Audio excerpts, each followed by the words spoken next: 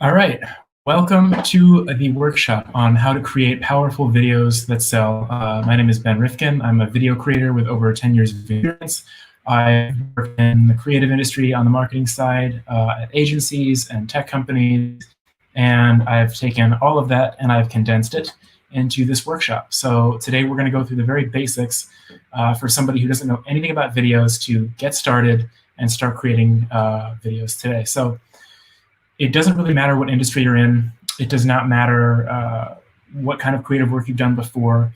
These are skills that anybody can pick up. And I'm going to teach you some shortcuts today, some things that can kind of get your foot in the door a little bit quicker, whether you want to just add this to your own personal strategy or you actually make a career out of video. So I'm going to share this little presentation with you.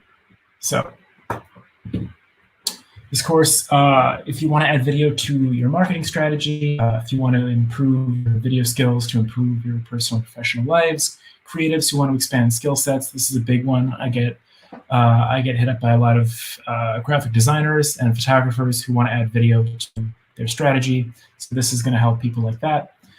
Managers who want to better understand how to relate to their employees as well. So if you can create videos, you can understand how your art department works.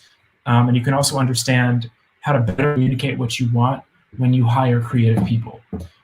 So that's super important. The requirements to start, there are none. You can be doing this from literally any level, whether you've been working in video for years or this is your first day. So keep that in mind. Before we start, though, grab a notebook or open up a notes doc on your computer. We're going to go through a lot of stuff, and it's important that you take notes because it's going to be easy to miss things. We're also going to make this presentation available along with a Google Drive that has a bunch of course materials, things that can really help you when you're studying this stuff later on in videos. So without further ado, let's dive in. The first thing that a lot of people forget about is outlining. It is extremely important to ask yourself this question first, which is, what goal am I trying to achieve here?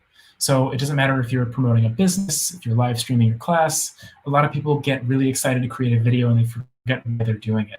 And especially when you have a goal, whether it's marketing or personal, you want to make sure that you dial that in really closely before.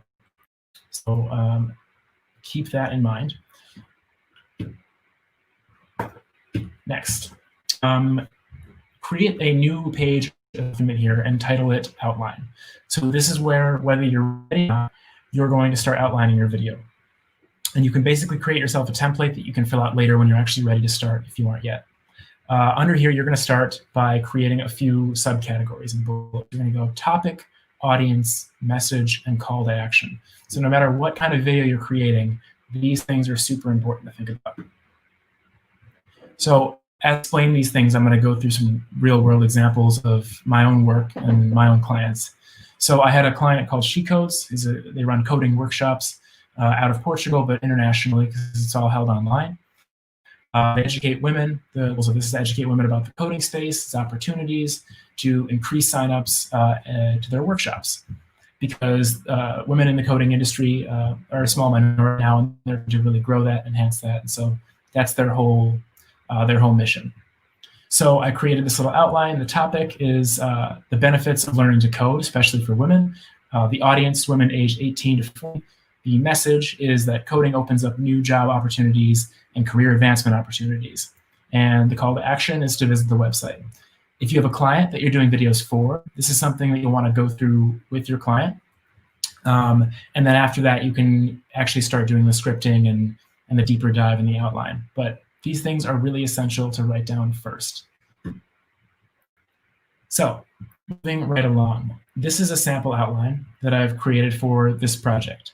So you want to list all the topics that you're going to cover, and you break them down in chronological order. So number one, the perceptions about coding before the workshop.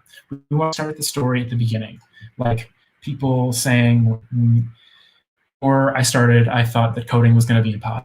Like it seemed like this really difficult thing that was you had to go to school for years for, and it'd be really difficult to learn. And so you want to start at the beginning with the perceptions. Number two is the reason that they signed up. So they had a goal. We want to hear that goal. So why did they want to take the workshop? The next one is their experience. What did they like about the class? Like, why were they surprised? What was that aha moment where they were like, oh my God, this is a life-changing opportunity. Now, it doesn't matter what kind of video you're creating. Every single video has this arc. So you have to think about how it applies to your story. The next one is new opportunities. So once they've had this aha moment, they're getting deeper into it. What did they realize was like the next big thing for them? And then finally, like recommendations, finishing up and saying, this was an amazing thing that I cannot recommend enough. And so, you know, they give their endorsement for it. This whole thing follows a story arc. And I've put an image here, which many of you have seen before.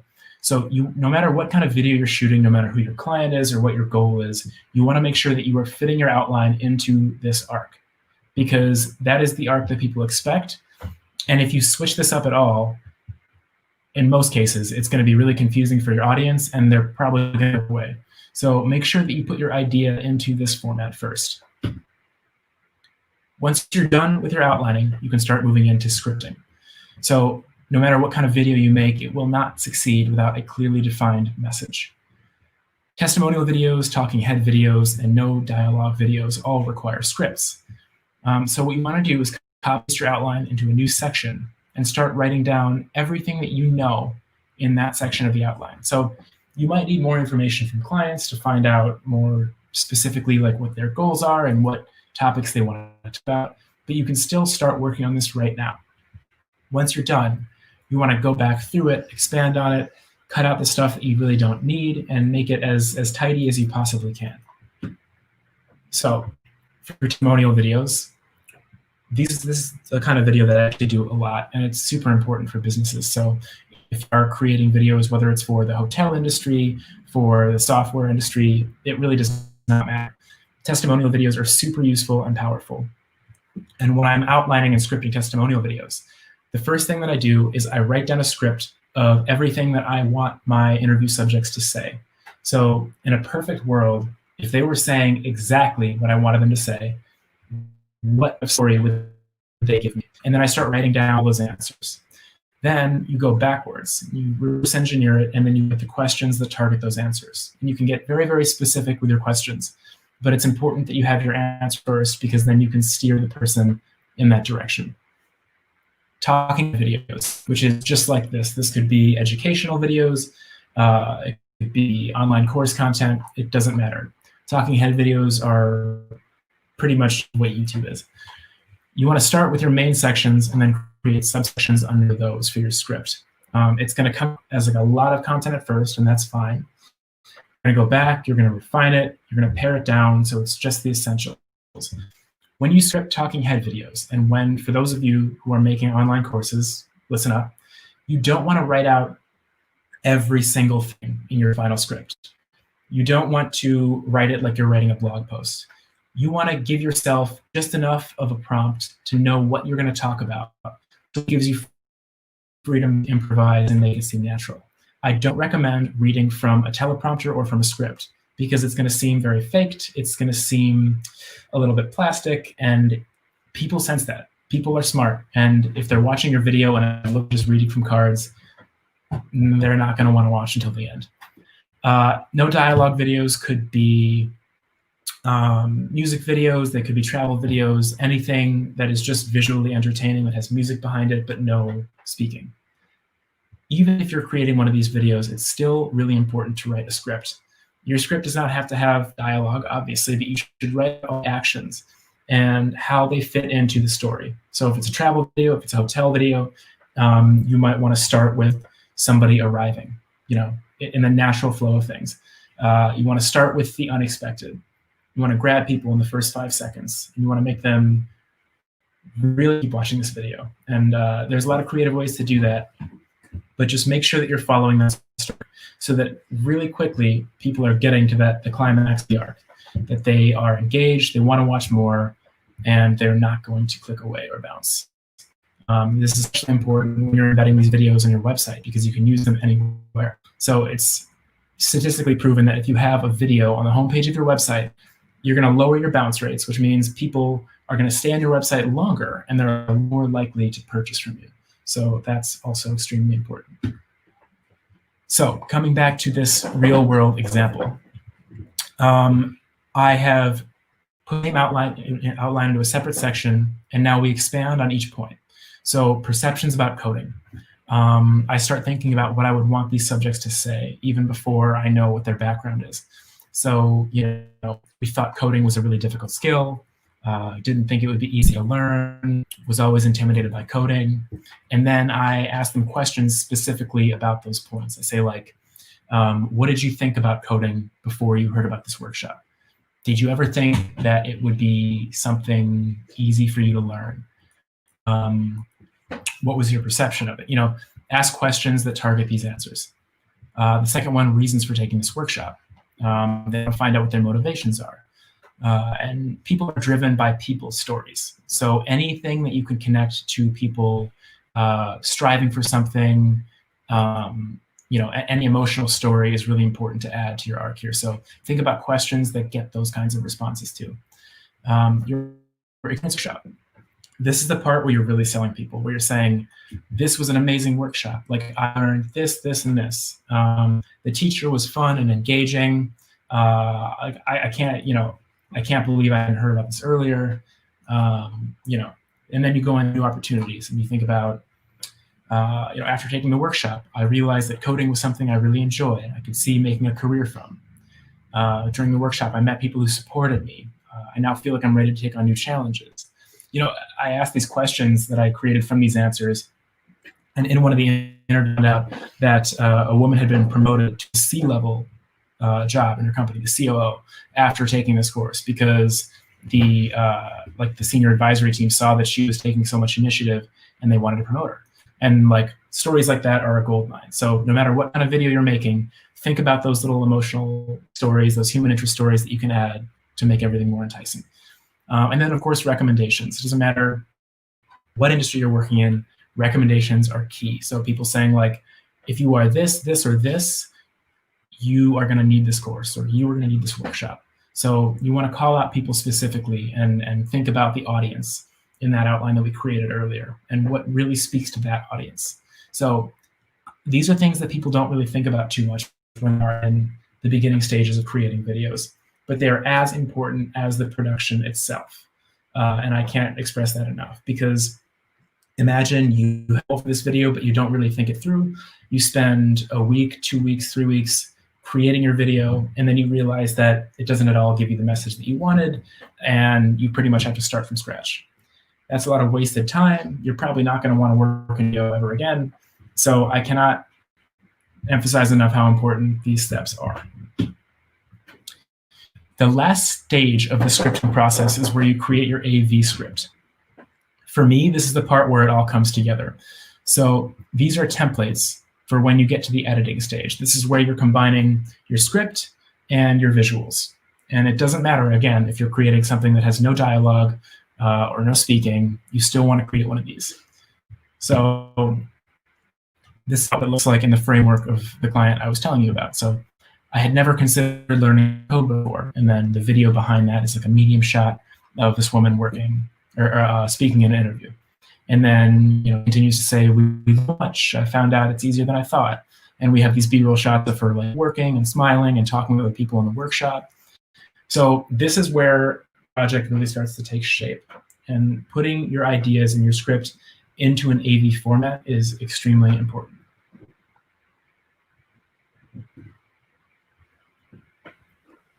To give you a sense of what the final product looks like, this is it. I've added captions because about 60 to 80% of people watching on Facebook are not watching with sound on.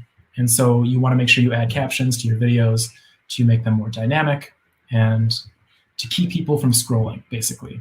You want to keep them on your video as long as possible. So adding captions that aren't too intrusive and are still hitting the main points in your outline are very important. So in this section, just talking about the things that she learned, what she got out of it. This is the story I mentioned where she talks about her promotion. The key points in the story that people are going to want to hear, those are the moments that you create captions for. So yeah, you can see a nice mix of talking head footage between B-roll, and you want to tell the same story with both. So the next stage in the process is storyboarding. This is a stage that a lot of people don't like doing because they feel like they can't draw. So what's the point? But creating a storyboard is important because it's essentially creating a visual script. Beyond the AV script, you're now able to draw what each of these shots look like. You don't need to be a great artist, I can promise you that, but it's really, really helpful even for no dialogue videos and travel videos. And I'll show you why. Basically, when you draft videos like this, it's really easy to fall into this trap where all of your shots kind of look the same. And it's because you didn't plan them beforehand. It's because you end up this and you move over there and you shoot that, you shoot the interviews, and you go back and you realize that all the shots have the exact same thing, the exact same zoom. They all look the same. And the reason that we storyboard is to make sure we have a lot of shot diversity and make sure the story visually instead of just verbally. So here's another client of mine called Deck Lodge. They're a hostel in Peniche, Portugal. The goals of this project are to show all of the amazing experiences and the activities that they offer. So the top was the amazing experiences that they offer. The audience is men and women who love traveling, so age 18. Deck Lodge offers tours, surfing, food, and the chance to meet really cool people. So that's the message, and then the call to ask to book an experience to check out their website. This is a bit of a storyboard that I created for them. So I asked them ahead of time, what activities are we able to do? What activities do you want to show in this video? And mentioned like entering a hostel to show like the interior space. They wanted to show the beauty of the islands and the coastline, the historic castles. They wanted to show you can go surfing. It's a very famous surf town. And all the amazing food that they offer, that they make in this hostel. So you want to create your visuals for the most important moments of the video. Always shoot extra footage. I am always in support of that. But you want to make sure that you create a storyboard for the most essential parts, because those are the ones that you cannot, the video cannot survive without those shots. So this was the final product.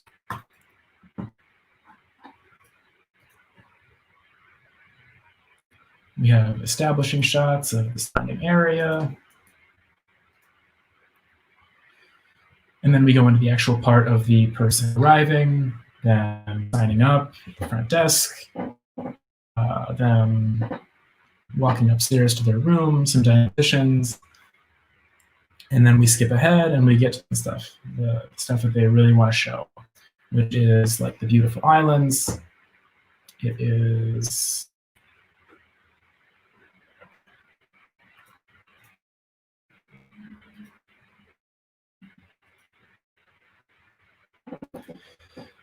the island castles thing that I mentioned that they want people to look for. So you can check these out. I'll include links to all these videos so you can watch them in more depth and understand what I mean by creating the shot list and then storyboards and then subsequently the shots. So we'll include links to all these and you can check them out later. So moving on. The step that we're going to talk about is equipment. We're finally ready to start shooting. The thing that turns a lot of people away is the idea that they have to spend a lot on equipment, and it's just not true. You should be able to pick up and move with no matter like if you're just going to a shoot or you're moving across the country. You want to keep your kit extremely light, and all the technology today very much allows you to do that at an affordable cost. These are the things that I think are the most essential no matter what industry you're in, which is a decent camera, an even better lens, a shotgun mic, and a good tripod. A lot of people think that the camera is the most important part, and that's absolutely not true. A lens is actually much more important than the camera. Obviously, you can't shoot with like a 90s camcorder and a great piece of glass because it's going to look garbage. But what I mean is that a lot of the cameras that you can buy today are already at a great baseline in quality. So what really makes the difference is a good lens. Before you begin, you want to make sure that your lens is scratch-free. It doesn't matter if you're shooting on your phone or if you're shooting on your camera. You want to make sure that you have good quality audio because that's just as important as the video. If you're creating fitness or extreme sports videos, I recommend checking out the GoPro line. They have amazing quality cameras. They're portable, they're durable, and they're great for that kind of stuff. If you're looking to just start out, use your smartphone. And you can get these little tripods where they clamp onto your smartphone. You can also get gimbals to make your shot nice and smooth. And those work for both smartphones and for cameras. So there's a lot of equipment, even if you're just shooting with your smartphone. If you really want to invest in your videos long term, I would recommend getting a mirrorless camera. These are ones that are pretty much being released every 3 months by a variety of different companies. And they look like the old school DSLR cameras, but instead of those cameras, which had a reflecting from the image into the sensor, these have just a sensor. So nothing needs to be reflected, and it means that you get shots with a much more shallow, sharp depth of field, and you can actually shoot with a lot more light, which is important when you are amateur filmmaking. So I'll put a list of equipment recommendations with links in the downloads folder, so you can take a look at that, and you can see what's within your price range and what you're looking for. Moving right on to lighting. So lighting is really the key to a great video. You really don't have to be ready to invest in a good light. Honestly, I recommend just using natural light. When you use natural light, though,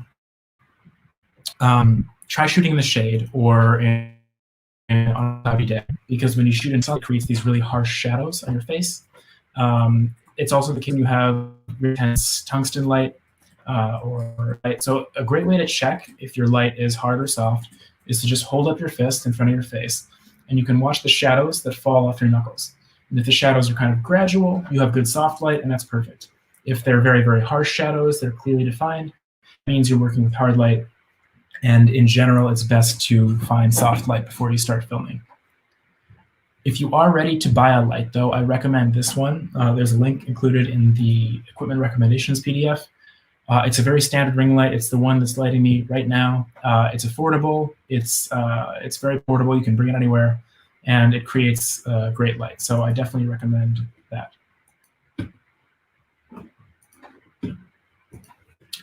So for anybody who's shooting stuff talking head like this or testimonials, this is a really important concept that people learn generally in film school. It's called three-point lighting. And it consists of 3 different lights. A fill light, a key light, and a backlight. And contrary to popular belief, you need 3 lights to shoot with this setup. As long as you have 1 light and some natural light, you can create this same look. A key light is your main source light. That is the one that's lighting the majority of your subject. The fill light is the light that comes on the dark side of the face to bring out a little bit less contrast and to bring the lightness of the shadows up a little bit more. Right now, I don't have a fill light, which is why there's more of a contrast on my face. A backlight is something that highlights the edges of the person's hair and shoulders. The purpose of a backlight is basically to separate them from the background and make them pop on camera a little bit more.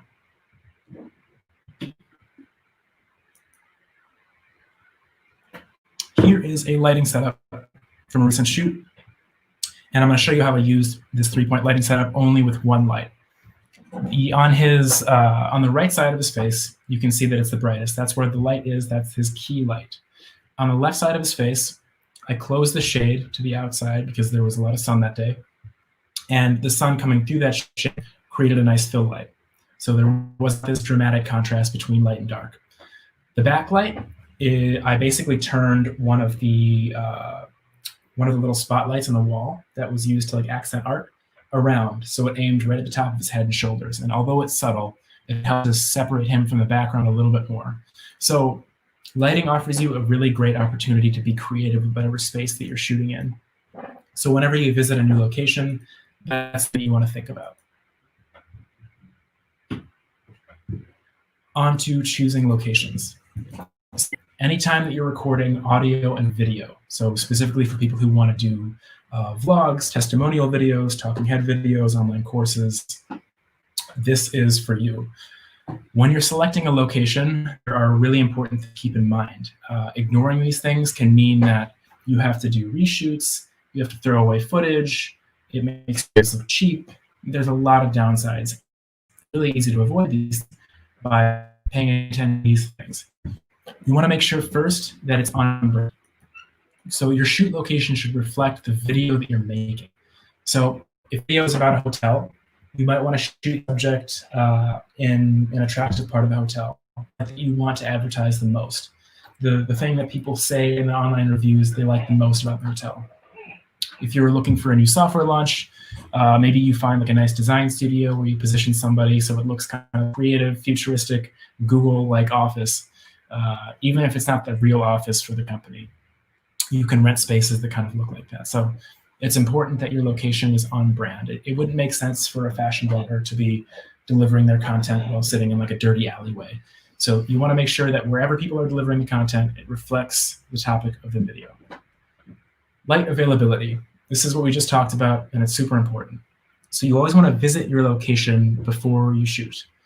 You want to check this because you don't want to end up in a situation where you're relying only on your artificial lights. Unless you're shooting in a studio where you have a full-on light kit and you're ready to go that step. But I'm assuming the majority of the people watching this right now are getting started with video, and so I recommend choosing a place that has a lot of natural light. You can always bring another light, like I said, to support, to add fill or a key light, but you want to make sure that you have a good starting point because you also don't want to shoot, I mean, for the most part, where your entire background is just black and darkness. There are situations, of course, where that can be useful, but if your video has a lighter feel, you want to make sure that there's light hidden as well. Audio interference is the last one, and it's also really important. You want to make sure that wherever you're filming doesn't have an active construction site nearby, loud air conditioners, playgrounds, conference rooms, anything noisy. I shot a video I used to work at in Chicago, which was in the middle of downtown. We were on the second floor, and so anytime I tried to shoot anything in the office, we were always interrupted by car horns, people screaming on the street below. So it's really hard. We had to basically go to a higher floor in the building, to a corner conference room, which meant that there was much less ambient noise and more natural light. So if you're shooting in office buildings, higher floors and corner offices are always great.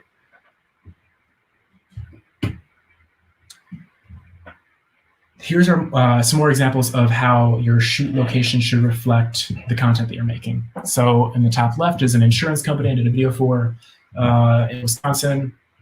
And I chose a part of their office that had their brand colors, and even a little bit of their brand logo in the background.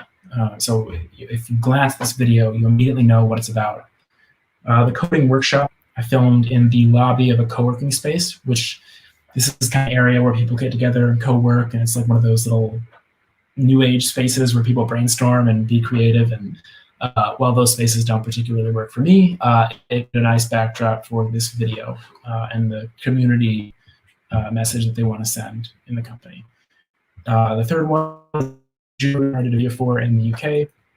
He did not want to be on camera, so I still filmed him in the sketching and design process in his studio, mainly focusing on creating this dark, moody vibe, the soft lighting, so that way I could shoot wide shots of him, so he'd be vetted and his identity would still not be there, but I could still get the shots of him drawing.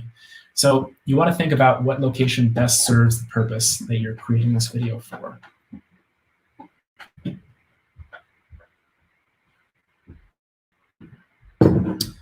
We're going to go through some of the basic shooting terms. Before I do that, I'm just going to answer a quick question we see in the comments here.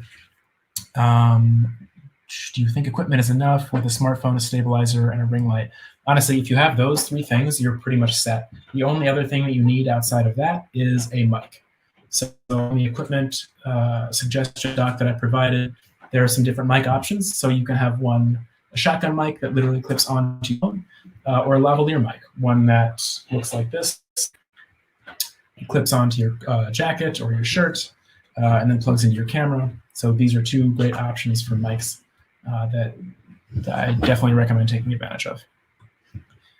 So shooting. The most basic terms that you have to familiarize yourself with are frame rate, shutter speed, aperture, ISO, and focus.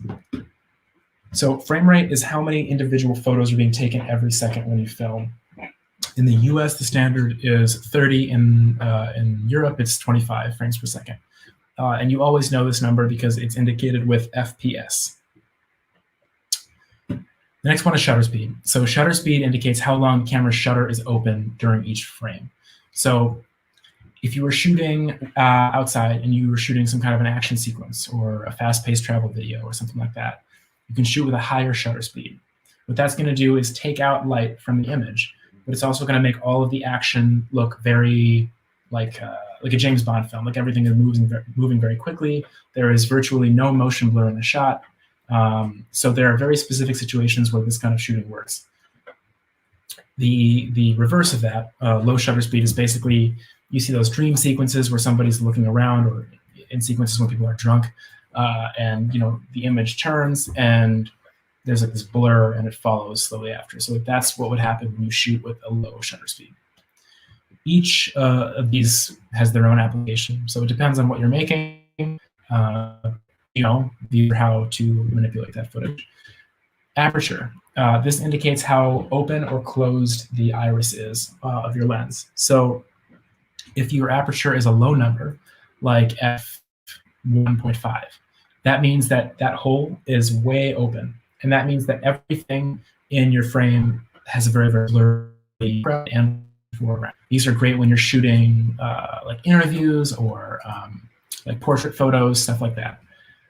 The inverse of that, when you're shooting with a very closed down iris, when your aperture numbers are higher, say f18 or 22, this is going to also take light out of your image, but it's going to make sure that everything in your image is in focus at the same time. So if you're shooting travel videos or walkthrough videos for a real estate company or something like that, you want to make sure that you shoot with a high aperture, a number closer to like 18, f18 or f22. Because that way everything is in focus and you don't miss out on any details. The next one is ISO. So ISO is essentially how sensitive your sensor is to light. If your ISO is extremely high, your footage is going to look really grainy. It's going to have like a sandy grain look. It's going to look very cheap. You don't want that. ISO is kind of like a halo when it comes to light. Like if you don't have any more light and you need to get slightly higher, you can your app a little bit more. So I recommend, I'll go through basic recommendations a little bit later as well, but generally you don't want to go above 3,200. This entirely depends on the camera that you're working with. I'm referencing a basic mirrorless camera, but there are cameras that go up to 120,000. So it really just depends on how well your camera is able to deal with low light. If you want to learn more about this, I highly recommend Googling it. Search based on whatever camera you're using or whatever camera you want to use. But making sure that your camera is in low light is a really important thing to keep in mind when you're buying a new camera. So you want to read all these blogs, read these forums, see what people are saying about sensitivity. The last one is pretty obvious. Everybody focus scenes. Keep your subject in focus at all times. The thing that a lot of people forget is that when you're shooting anything, somebody's talking straight into the camera, or even if you're shooting photos, to make sure that you focus on the person's eyes. Those are where we naturally look when we're watching a video. So you want to make sure that if nothing else is in focus, the eyes are. We have a question here. Can I change the aperture on my smartphone? Most of them, no. You can change the exposure. Generally, you can do that by tapping on your image. On iPhones, a little box will pop up with a little slider control next to it. You can slide it up or down to add more or less light into your image. That's going to basically adjust the ISO. And your image is going to lose quality and lose sharpness as you bring that slider up. That's why your smartphone images look great outside, but terrible when you have like very little light inside.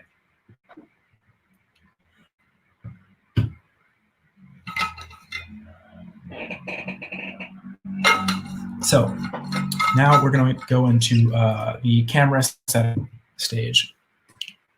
No matter what you're shooting with, or no matter what setting you're on, you want to make sure that your camera is at eye level, because this is the baseline. This is what people expect. Anything other than that, unless it's intentional, is going to look strange.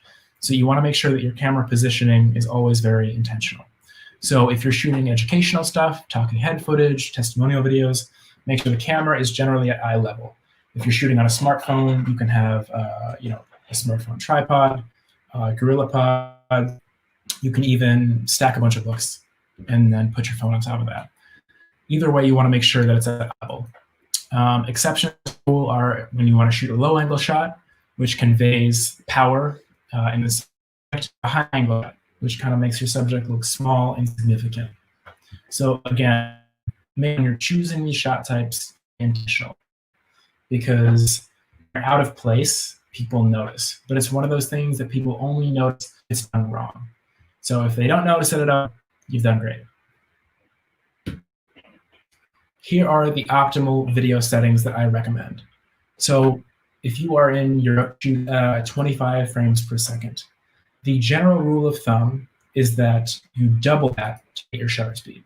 So if you're shooting 25 frames per second, your speed to be 1/50th of a second. And go higher if you want. Again, like we talked, to make it look more like an action film. But you definitely don't want to go lower unless you want to create that like drunk or dream type look in your video.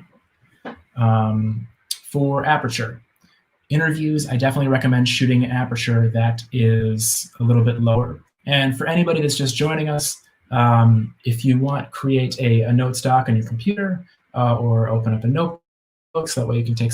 We're going to go through some stuff that can really help improve the quality of your videos. As we talk about aperture, generally keeping it lower, around 2.8 when you're shooting stuff like an interview or you sitting in front of the camera. But you want to make sure that you're able to adjust the focus to your face or the person you're filming's face. Because if you're shooting at a low aperture, you're filming yourself and you can't really see the image before you start recording, you might shoot a whole video and realize later that you're out of focus, and that's never fun. So if you are shooting wide establishing shots, landscapes, travel videos, shoot with a hyper, so f10, f18, f22, something where both the foreground and the background is in focus at the same time. ISO, again, this ranges. You want it to be as low as you possibly can. So outside in the sunlight, probably keep your ISO down at like 100, which for a lot of cameras is as low as it goes. Or you don't have much light, it's nighttime, you can go as high as, depending on what camera you have, 1,400, but I never go above that, because for most cameras that means your images are going to get grainy and less sharp, and that's not going to be fun. So yeah, those are some basic shoot settings that you'll want to keep in mind.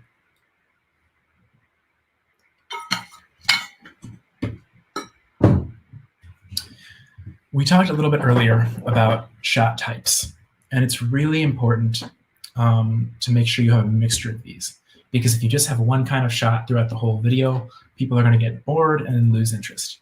So you want to make sure that you switch between these 4 or 5 shot types throughout your video. Those are the establishing shot, a full shot, a medium shot, a close-up, and an extreme close-up. These all have their own applications, depending on what kind of video you're making. But extreme close-up is kind of the one exception. Usually that's used to show extreme detail or intense drama in a scene.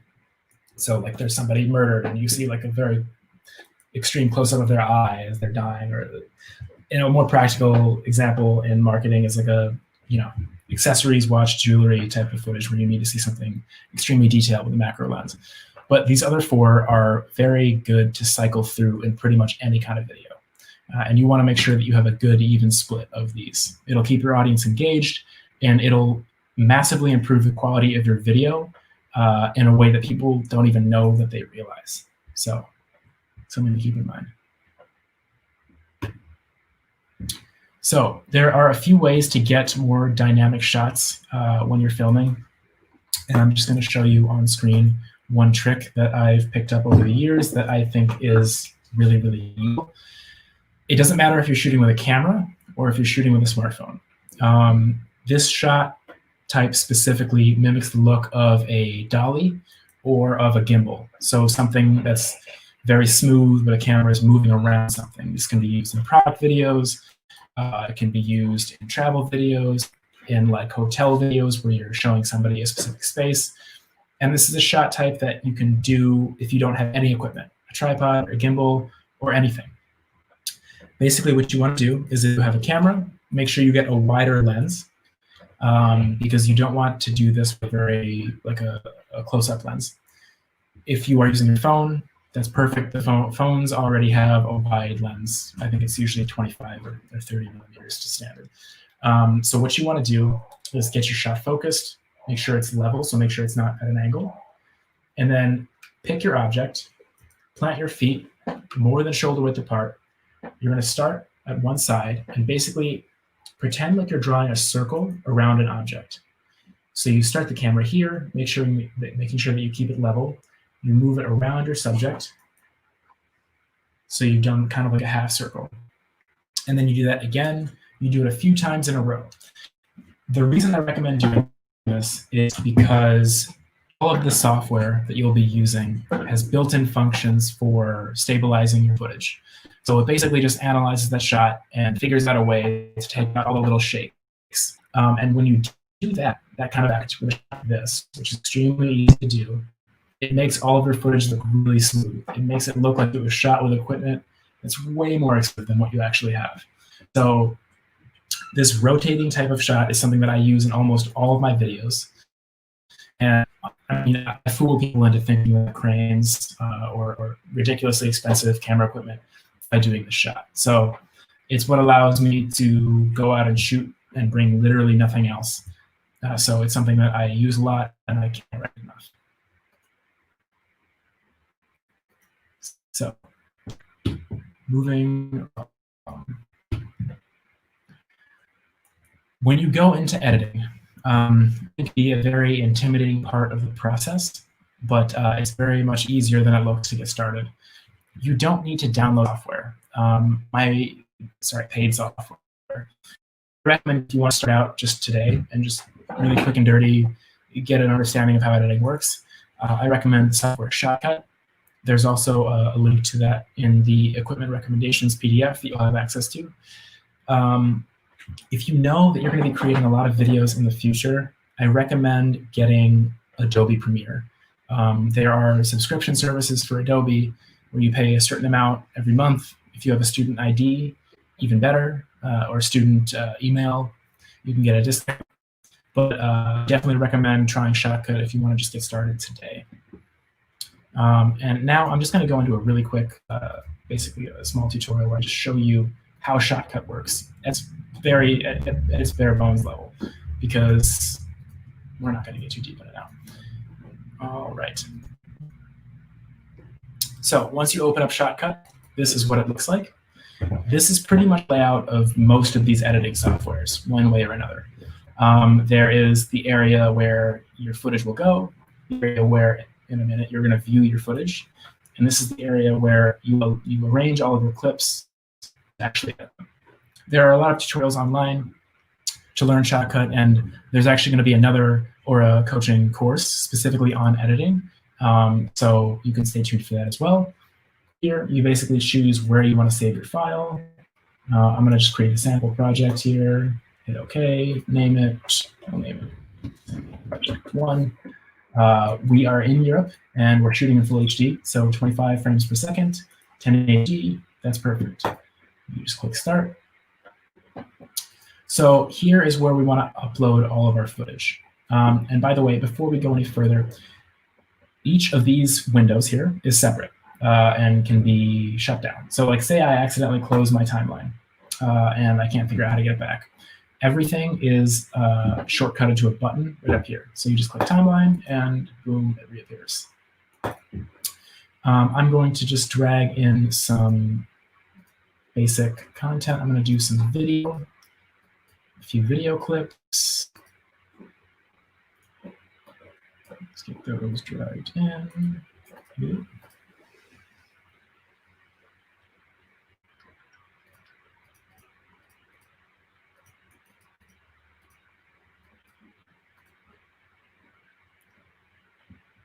So I've just uploaded this video. You can see it populating here. You can also do the same with all of your footage. You can even import graphics, like your logo, straight into the playlist here. So all of the media that you're going to be using, you put right into your playlist. When you are ready to add this to your timeline to start editing your video, it's really easy. You can kind of scroll through here by clicking around. You hit spacebar to play and to pause. In the shot, you can see I'm back here with a gimbal, a camera. I want to start really low here. And then I'm going to hit I on the keyboard in endpoint, which you can also change by clicking and dragging this little bar here. It's shot to end. Actually, I'm going to move this a little bit more forward because you can kind of see me in that reflection there. Spacebar, and then stop it right here, right before my head pops up in that mirror. And we're going to hit O for the out point. Now we're just going to click and drag this clip into the timeline. And you can see it's just created a project. You can click and drag this clip to make it shorter or longer, but I'm going to keep it just like it is. You can zoom in on your timeline by using this little slider here. You can go back, spacebar also to play here. The most important thing is being able to cut. So there's ways to do that. You can click and drag the ends of your clip to shorten it or make it longer. You can also right-click on the clip and hit split at playhead. The shortcut for that is S, as you can see there, and that splits it in two. So I'm basically just showing you a couple shortcuts when you're shooting with a bunch of different types of media. So say, for example, we've got this clip of somebody speaking, this talking head interview footage. I'm going to split this right here just for the sake of this example. I'm going to click that side, hit delete.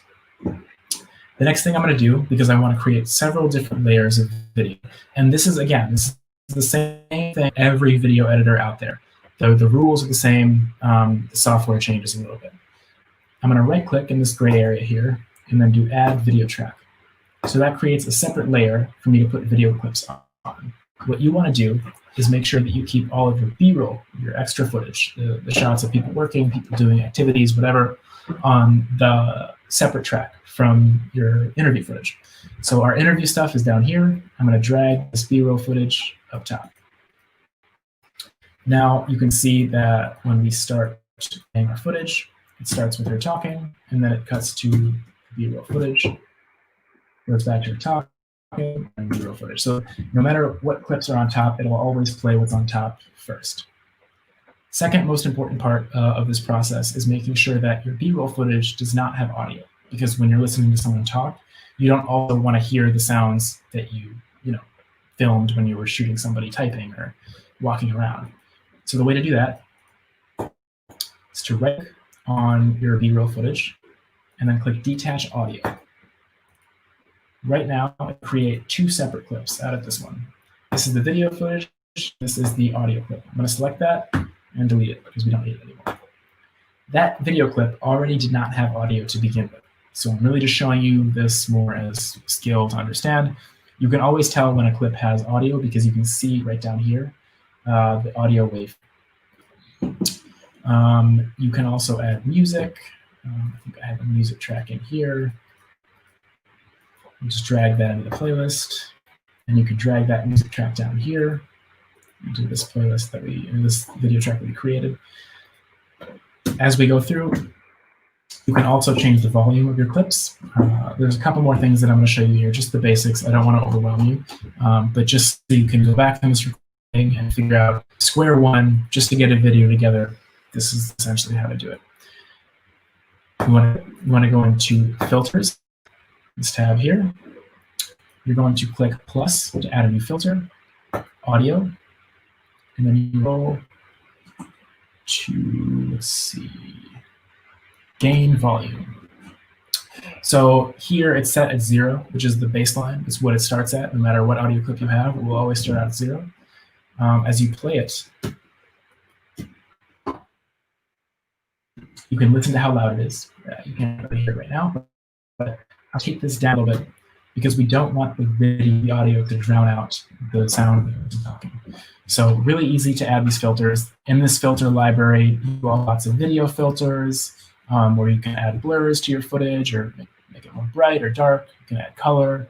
So, there's a lot of things that you can do with this filters later. All you have to do is select the file to change and then go and see what your options are here. If you add a filter to a specific clip, so say I want to come back and change this volume again later, you can go up to the Properties tab. You can see all of your basic properties here, and then your filters will remain controlled over here. The Properties tab is mainly to control the speed and like the basics of what the clip is. So you can get all the information you need about your clip in that tab. Cool. Let's say that you are done creating this video. You want to add a fade out from your laptop. If you go and hover over the edge of your clip here, you see this little black ball that pops up. This is a cool feature that Shotcut built in to make it very easy for you to add fades in your footage or your audio. All you have to do is click that ball and drag it, and we start to create this fade out. So when you play back your footage, fade that in. You can also do the same thing if you want to add your logo. Let's say I want to add my logo at the end here. And as this ends, I want my logo to fade in. I'll do the same thing with the beginning of that clip. So fades out, fades out. So if we want to change the size of this logo, because obviously it's a little bit ridiculous right now, we're going to go into Filters, Video Filters. We're going to scroll down. Let's see.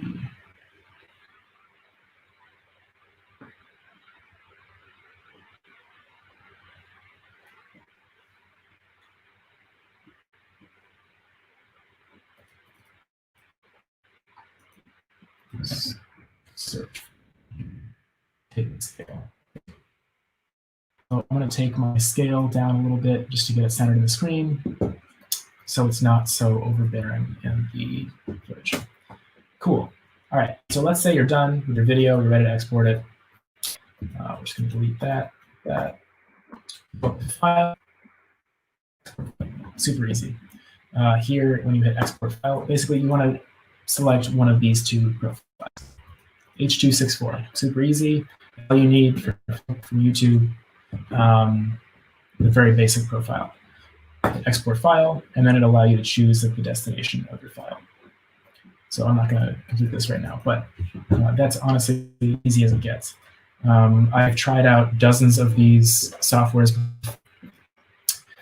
just to see what would work best to teach somebody quickly, and Shotcut is the one that I decided definitively is the easiest for people to learn right away. So you can check out lots of these free tutorials online for Shotcut. It is just like Premiere in the sense that it's laid out the same as Premiere. So if you want to spring Shotcut, you decide that you want to learn more in video and add more video to your life later, you can always switch to Premiere, and it'll be a very easy transition for you. So that's the other reason that I chose it. All right. So we are going to go back invitation. We are getting close here.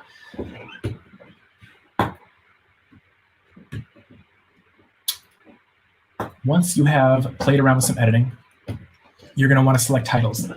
You can create titles in these editing softwares, but they don't look very dynamic. So I recommend using Canva. It's just Canva. You can also use Canva to create your logo, to create flyers for your business, to create pretty much anything. Canva is an amazing design tool, and I cannot recommend it enough. So try using Canva to create video thumbnails, to create the titles, the beginning and ends of your videos, and I guarantee you it will bump up the quality of your work right away. Moving right along, music. This is the thing that I get asked about extremely frequently when it comes to video production, and it's kind of a minefield. Free music is garbage. There's no other way to say it. I mean, you can go online, you can go to bensound.com or YouTube's music library. There are lots of options to find royalty-free music, but I guarantee you most of it is trash. if you want to find good music, you have two options. You can license individual songs from different sites, or you can buy a subscription, and some websites use that model. So the price from that is premium.com. You pay 49 euros for one song.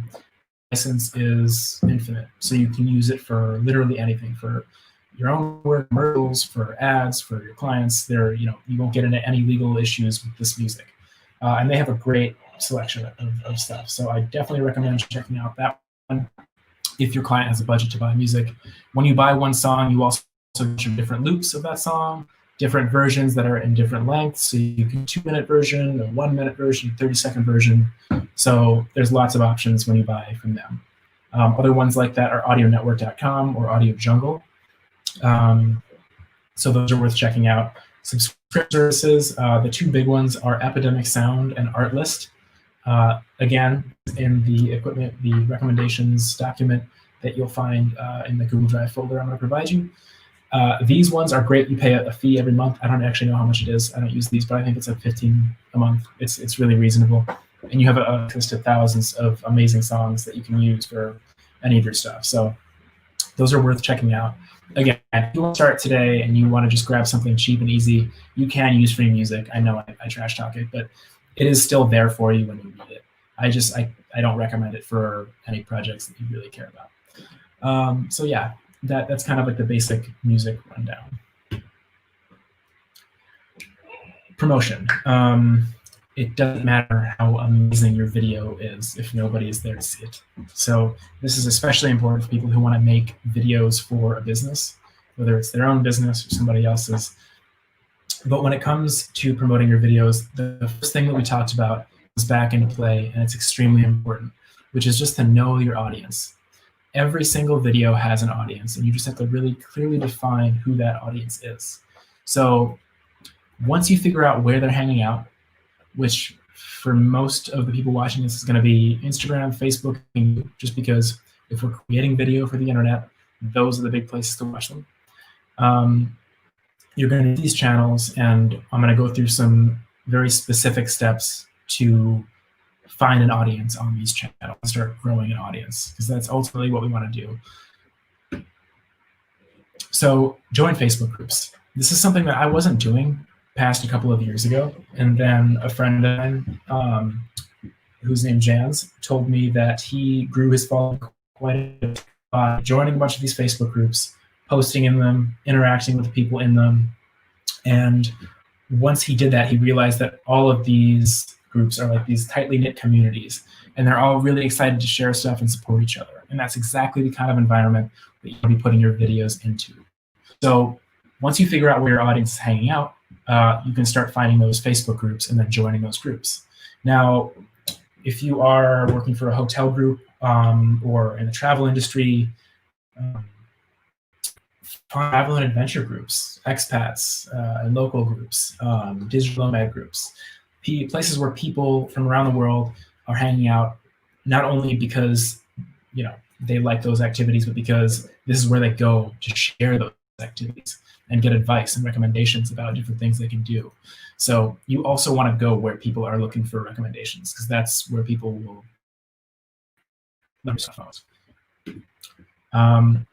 Instagram promotion is always, so if you post something on Instagram, you go to the post itself, there is a little blue button at the bottom that says promote. You can click that, and then you can basically create an audience. It'll ask you what kind of age demographic you want. It'll ask you what city and what country you want to promote your video in, the interests of the people watching, like people who like basketball, people who like surfing, whatever. So you can create very targeted audiences, and then you can give those audiences a name. And I recommend taking, if you've got a little bit extra to spend, $10 at a time. Just put $10 behind a post, create a very specific audience for that post, and then set it like a week. And it'll use a little bit of that money every day, and it'll space it out evenly over a week. And then once you get those results back, you can see how many more followers you got. If you got any website clicks from those people, you can start understanding who your audience is. And then on a different post, you can try a different audience.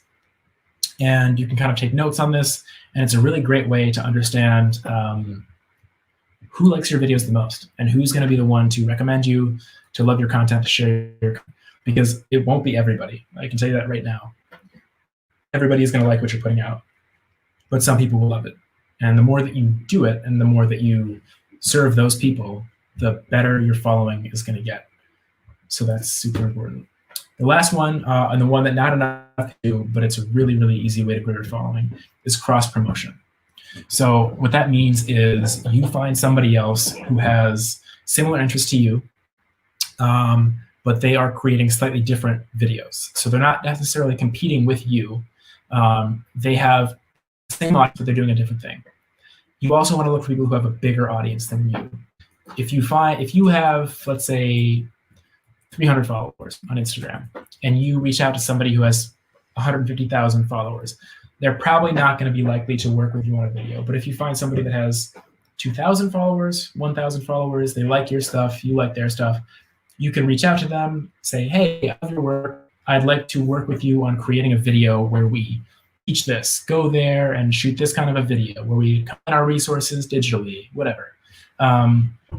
Then what happens is you both post that video online, you tag each other, and all of a sudden you have access to thousands of new people who you didn't know before, who now trust you because you're working with somebody that they trust.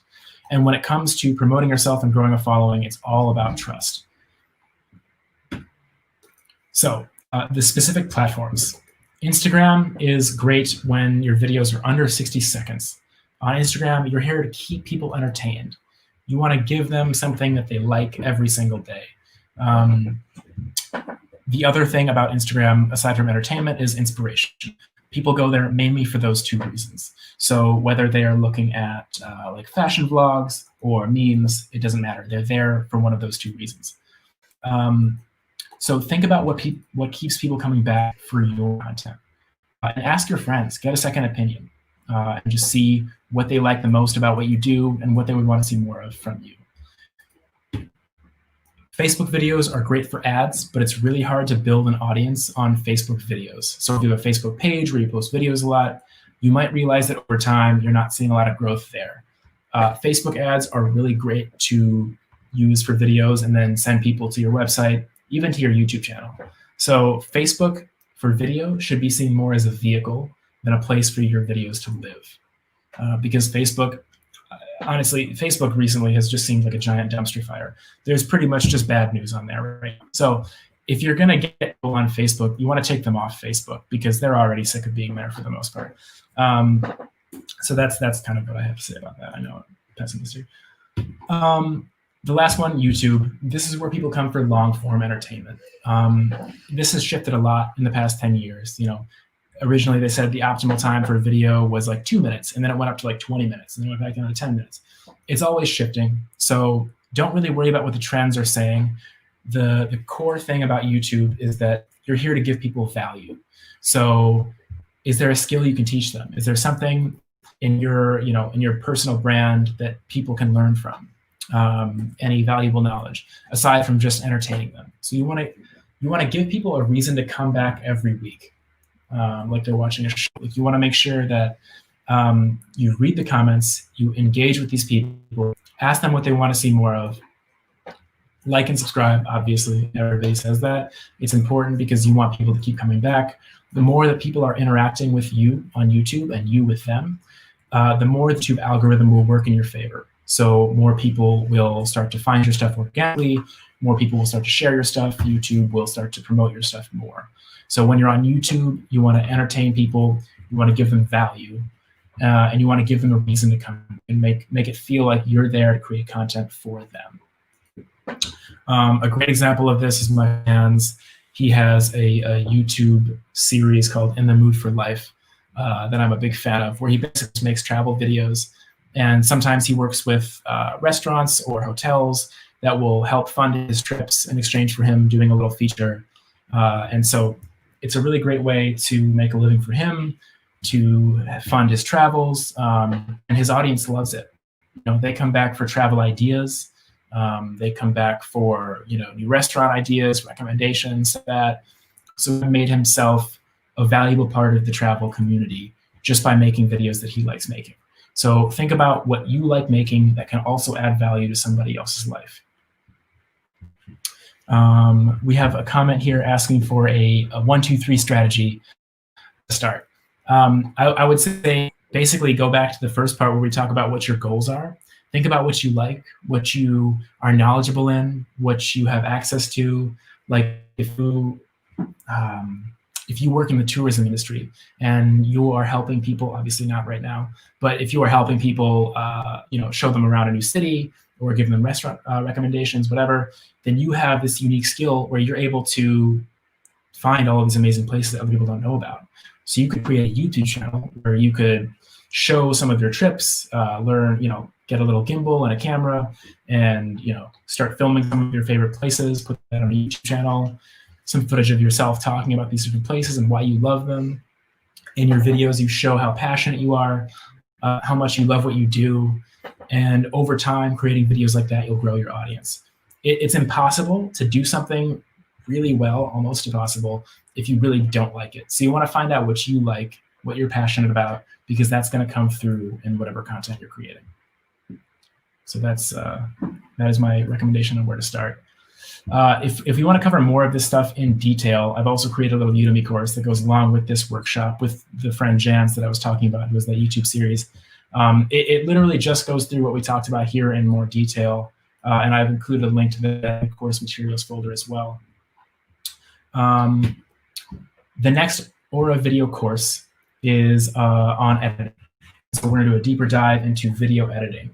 It's not something that you can master in a day, but with this course, you will get pretty close. So I've included a registration link, auracoachingacademy.com/video-editing. So that is where you can go to sign up for the next one of these. This is a quote that I love, and it's extremely true for everything we talked about today, which is repetition is the mother of learning, the father of action, which makes it the architect of accomplishment. And it really comes back to if you practice every day or every week and just work on one of these skills, if you really like it, you're going to get good at it very quickly. So video can be an extremely intimidating skill set because it seems very technical. The key to being successful in it and having fun with video is to pair it with something that you love. So whether that's cooking, whether that's your business, it doesn't matter. Figure out what you're passionate about and then combine what we talked about in this course with that. So that is the end of our little session here. Make sure, again, you keep creating these little practice projects. If you don't have somebody working on it, what I did when I started working in video is I approached local restaurants, local businesses, and I asked them, like, hey, I'm learning these new skills. I'd like to create a little ad, like a 30-second commercial for your place, free of charge. Like if you just pay for a rental or a camera rental or whatever, you ask them to cover the operational costs. And then you say, I'll make this video for you for free, as long as you give me credit when you post it online. So that's a really easy way to get started if you don't have a portfolio to pitch people and say, like, hire me, like I make videos. If you're making stuff for yourself, this is really important. Make sure that after you make something, you send it to your friends. Send it to your friends, your family, the people in your industry, your circle, and ask feedback and ask them what they'd like to see more of, what they didn't like about your videos, because sometimes we have a tendency to create all this content and then we realize that other people are doing it way better. It's hard to get, it's hard to analyze ourselves sometimes, and getting that feedback, even if sometimes it's critical, is really, really important. So I definitely recommend getting recommendations from friends or family. They might tell you something that you even noticed or something. And so that's always super useful. Don't expect it to be amazing right away. It's the little wins that are the strongest. So, once you finish your first project, publish it, bask in the glory, and then start working on project number 2. And I guarantee you, after a few of these, you're going to start seeing drastic improvements if you use the stuff that we talked about in this session. So before we wrap this up, any questions? Anything that I can answer specific to careers, specific to jobs? I will take any and all questions.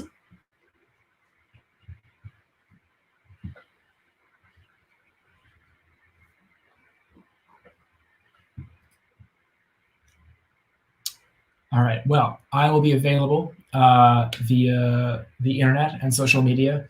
If you'd like to follow me on Instagram, my hashtag, my handle is just @VanRifkin. So you can reach out to me anytime. If you have questions, comments, tell me what you thought about this workshop. And yeah, we'll see you in the next one. Thank you, guys.